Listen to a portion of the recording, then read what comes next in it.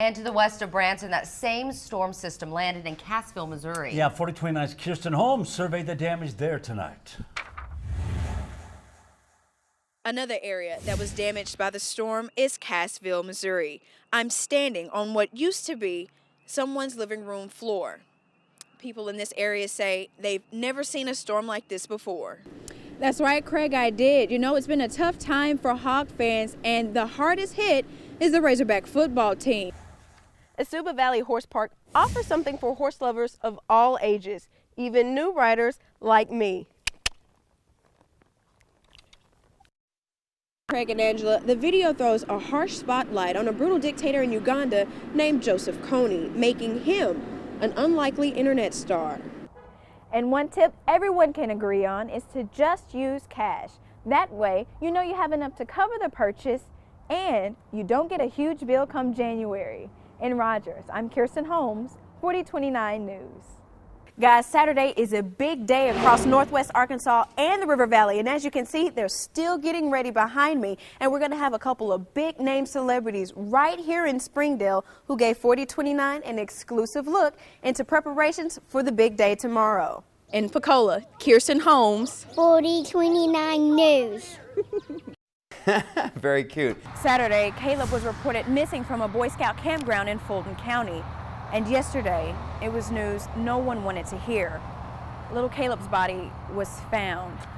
Caleb was a very happy child. He loves hugs and kisses, and you couldn't ask for a happier child. I mean, he was unbelievably happy. Philip Dawson remembers his grandson, Caleb. He always loved to run and hug people. You can't stop his hugs.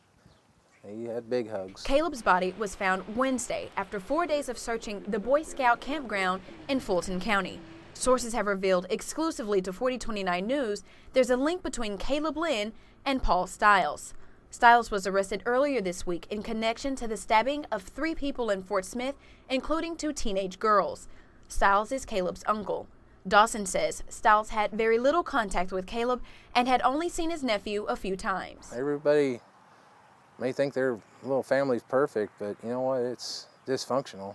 And to say it's best, but it still is a family, and we all gotta love each other. It's a double tragedy for a family already dealing with so much. Now we gotta bury our grandson. You know, you just don't bury your grandson. You know, the roles are supposed to be reversed. Negative out there don't help anybody.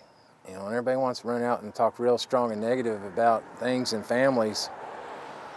They don't really know until they was in their shoes. Dawson tells us they want to remember Caleb the way he was. You can look at the picture and see just the happiness in him.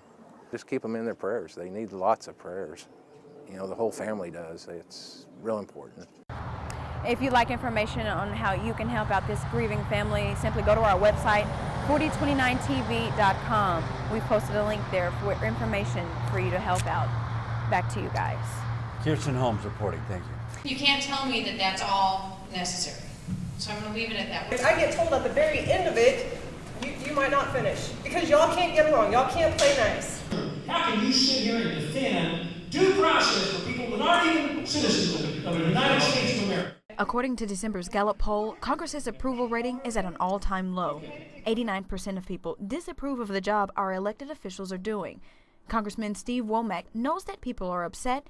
He says that's why he wanted to do a town hall. Not surprising. You know, of course, we're in Fayetteville, and I knew that there would be a lot of the mail that I get that is somewhat contrary to some of the positions we've taken or votes that we've taken. Kelly Eubanks is a student at NWAC and a mother of 2. For her, education is an important issue she feels Womack should address.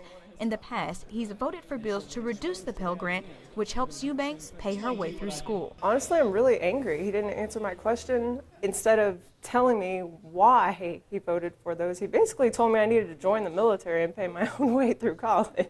Womack says he shares voters' anger and understands why they're fed up with Congress, but he wants the people of Northwest Arkansas to know that he's here to listen. But I hope at the end of the day that they'll know that I'm not afraid to see them face to face, engage them in conversation, listen to what they have to say. It doesn't make any sense to me. It doesn't seem like you're serious about cutting spending. It seems like you want to cut spending to what benefits your party and your party only. Kelly Eubanks says she needs to see action that will help her and others like her soon. We're falling behind, and we're going to continue to fall behind as long as we have Congress people like this representing us.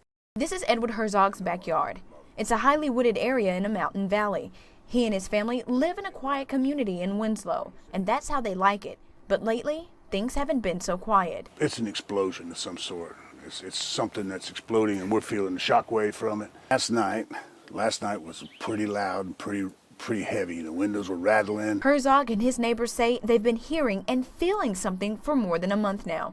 Herzog's wife called the police to come out and see what's going on. They were down here yesterday, and they called her back and said, well, we hear them, but we can't find out where it's coming from. And his animals feel it too. Herzog says when they feel whatever it is, his dogs begin to bark and his birds start to screech. Poor boys here, they get all shook up when it happens too. Don't know what's going on. I sure would like to know. That's where we are right now. We're trying to get some help to find out what's going on. Keristen Holmes, 4029 News.